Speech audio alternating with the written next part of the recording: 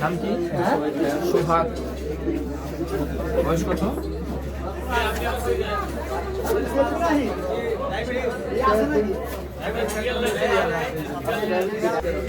দোকানে গেলে আমার একটা কাজ করে দিতে হবে। কি জানেন?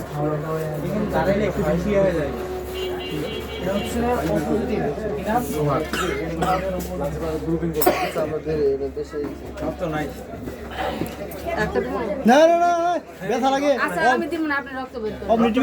রক্ত হইতে নাই সব জমে গেছে, জমাট বেঁধে গেছে।